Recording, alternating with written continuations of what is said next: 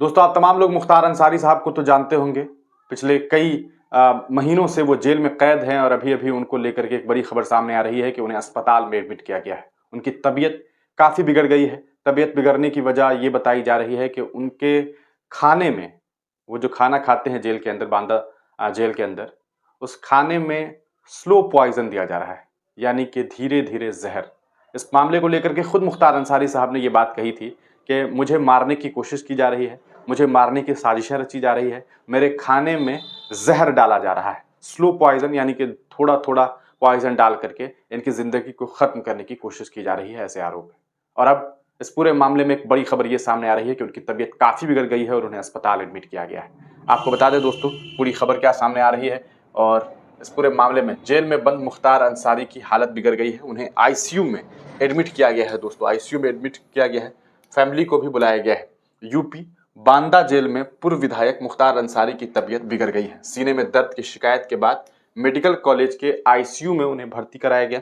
5 दिन पहले मुख्तार अंसारी ने जेल के खाने में जहर देने का आरोप लगाया था। मुख्तार अंसारी पर 65 केस दर्ज है, 8 मामलों में उन्हें सजा हो चुकी है।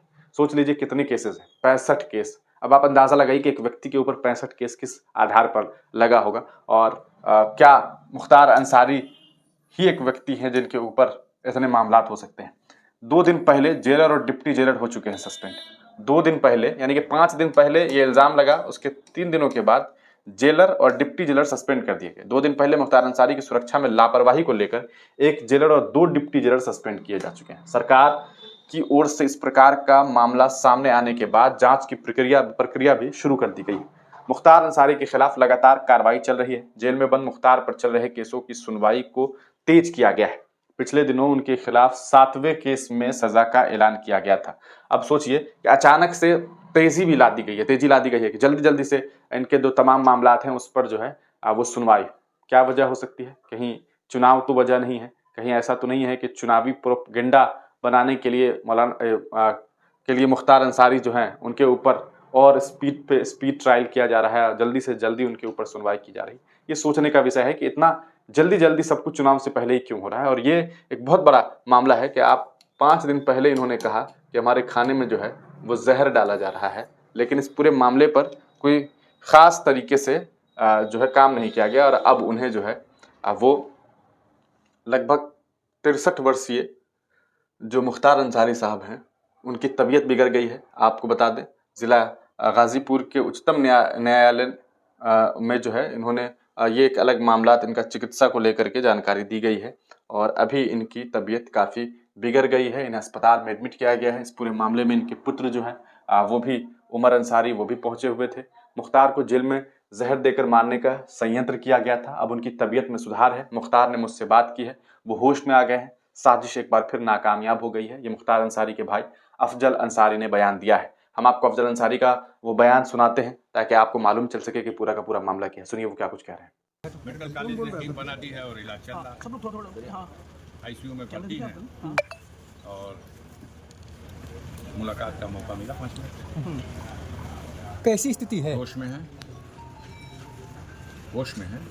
अपने, और जो उन्होंने हमको दास्तान बताई उसी का है। उनका मानना है और उनका कहना है कि उन्हें खाने में कोई जहरीला पदार्थ लाया गया। और ये दूसरी बार हुआ। पहले भी 40 दिन पहले एक बार हो चुका है और अभी भी शायद 19 को या 22 को कोई डेट बताया उन्होंने, और तब से उनकी हालत खराब है। अब जितनी सहन शक्ति है उससे वो कर रहे हैं। तो फिर भी ऐसी स्थिति में भी कम से कम उनको हॉस्पिटल भेज दिया गया। इसी के लिए धन्यवाद देना चाहते हैं कि कम से कम इस व्यवस्था में उनको हॉस्पिटल भेज दिया। अब हॉस्पिटल में ये और बात है कि कोई, आप ज़्यादा जानते होंगे बांदा के कौन है, एक सर्जन है और जो उनके सहयोगी हैं, जो लोग उनका इलाज कर रहे हैं। तो आप लगता है कि यहाँ बेहतर ट्रीटमेंट नहीं मिल पाएगा? ये तय करेंगे वो लोग कि अगर वो पूरी तरह से उनको ट्रीटमेंट नहीं दे पा रहे हैं तो समय मैंने रिक्वेस्ट किया है कि आप इनको रेफर कर दीजिएगा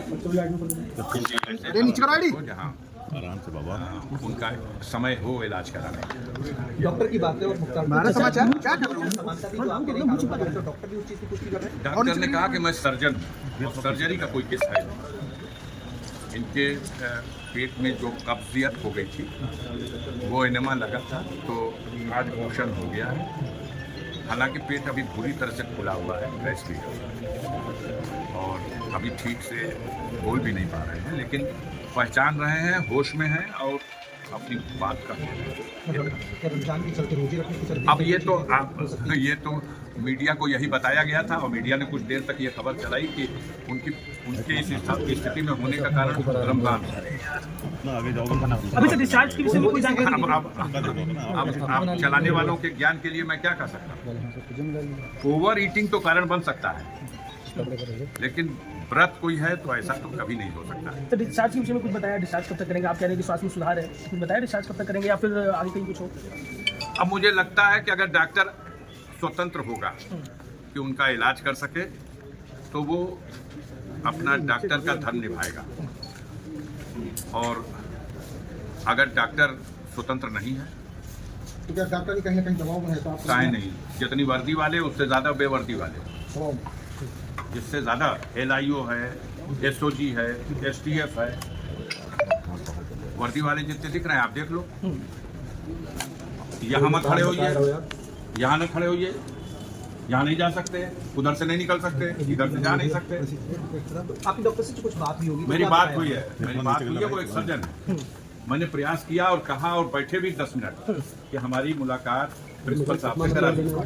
मेडिकल कॉलेज के प्रिंसिपल एक रिस्पॉन्सिबल है, तो वो पहले तो कहे हम बात करा देंगे, फिर कहे मुलाकात करा देंगे, फिर वो उन्होंने, तो मैंने देखा कि जो बेचारा कहीं ना कहीं से बेबस जैसा महसूस कर रहा था वो नहीं, फिर अंत में उन्होंने कहा कि नहीं, हम प्रिंसिपल साहब नहीं मिल सकते। मतलब डिस्चार्ज करेंगे?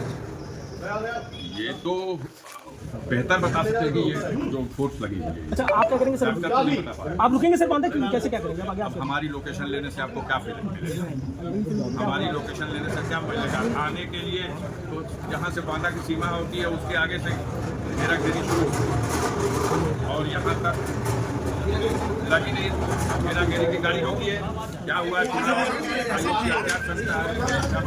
क्या करिएगा? गाड़ी की तलाशी लेंगे, तहसीलदार तो दोस्तों, सुना आपने, ये अफजल अंसारी साहब थे। उन्होंने सीधे सीधे इस बात की जानकारी दी है कि पूर्व में इस बारे में जो है मुख्तार अंसारी ने तमाम बातें बताई थी कि उनके खाने में जो है वो जहर डाला जा रहा है, लेकिन इसके बावजूद बहुत ज़्यादा ध्यान नहीं दिया गया और उनकी तबीयत बिगड़ गई और तबीयत बिगड़ने के बाद उन्हें अस्पताल में एडमिट किया गया है। हालांकि परिवार वालों ने ये भी कहा है कि अगर सही तरीके से उनका इलाज नहीं होता है तो हमें बताया जाए, हम उन्हें बेहतरीन इलाज के लिए बेहतरीन अस्पताल में मेदांता और अन्य अस्पतालों में जो है उन्हें एडमिट करा करके उनका इलाज करवाएंगे। अब सबसे बड़ा सवाल ये है कि अगर न्याय प्रणाली उन्हें सज़ा दे रही है, अगर उनके किए गए जुर्मों की सज़ा उन्हें दी जा रही है, तो ये कौन सी सज़ा है कि आप उनके खाने में जहर डाल रहे हैं? आखिर ये सब क्यों हो रहा है? कौन साजिश रच रहा है? कौन इसके लिए जिम्मेदार है?